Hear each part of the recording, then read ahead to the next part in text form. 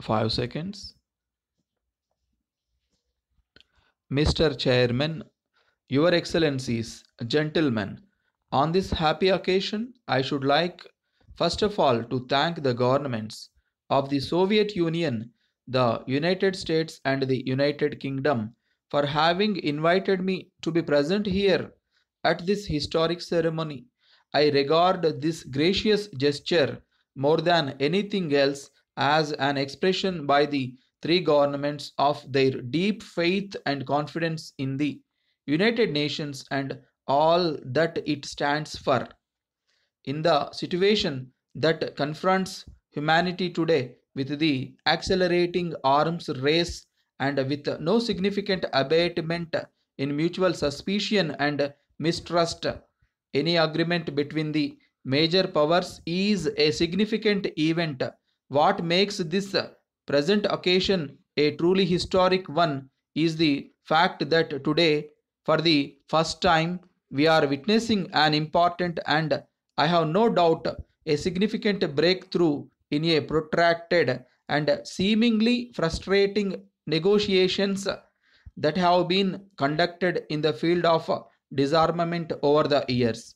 The agreement has been made possible by the statesmanship and courage displayed by the leaders of the three powers and equally by the untiring and devoted efforts of their able negotiators, to all of whom I extend my sincere and hearty felicitations.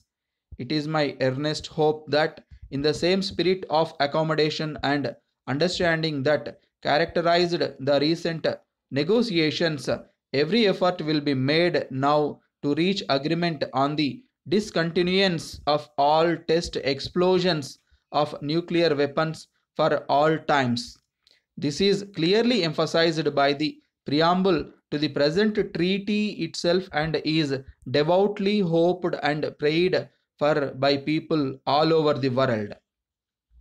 The agreement signed today will not eliminate the risk of war, only general and complete disarmament, only establishment of adequate and effective international machinery for maintaining peace will achieve this.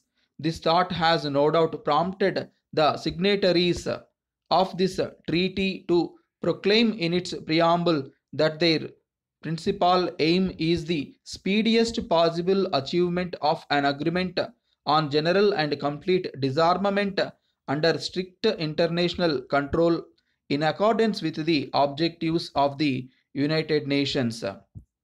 However, as a three power communique so rightly puts it, the present agreement constitutes an important first step towards the reduction of international tension and strengthening of peace. Although the test ban issued had virtually monopolized the agenda of the successive sessions of the General Assembly of the United Nations, other equally important measures aimed at the relaxation of tension have been repeatedly brought up for discussion. I should like to refer briefly to some of them, but the order in which I shall deal with these measures will not, I hope, be construed in any way as an indication of priority of their relative importance. First, there is the question of the wider dissemination of nuclear weapons. Repeatedly, the General Assembly has referred to the danger of the use of nuclear weapons and called upon all the member countries to make efforts to achieve a permanent international agreement subject to inspection and control on the prevention of the wider dissemination of this weapon of mass destruction. It is significant that while the resolution of the General Assembly places a special responsibility on the nuclear powers to refrain from relinquishing control of such weapons to others not possessing them, they recognize at the same time that the countries not possessing nuclear weapons have a great interest and an important part to play, which they could do by refraining from manufacturing or otherwise acquiring such weapons, and further by refusing to receive such weapons in their territories. The problem of the means of delivering nuclear weapons is an equally important one. There are proposals for limiting the production of delivery systems and for the destruction of all but an agreed limited number in the early stage of an agreed program of general disarmament.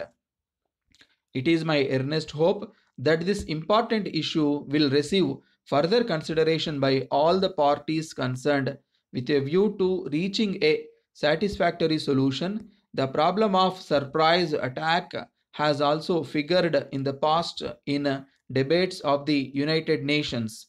Proposals made during recent weeks could lead to the early renewal of surprise attack talks which have been adjourned since December 1958. I would also hope that the proposal initiated as early as the beginning of 1961 for convening a special conference for signing a convention on the prohibition of the usage of nuclear and thermonuclear weapons for war purposes will now receive wider support. Finally, I would like to mention the problem of denuclearized zones in different geographical areas.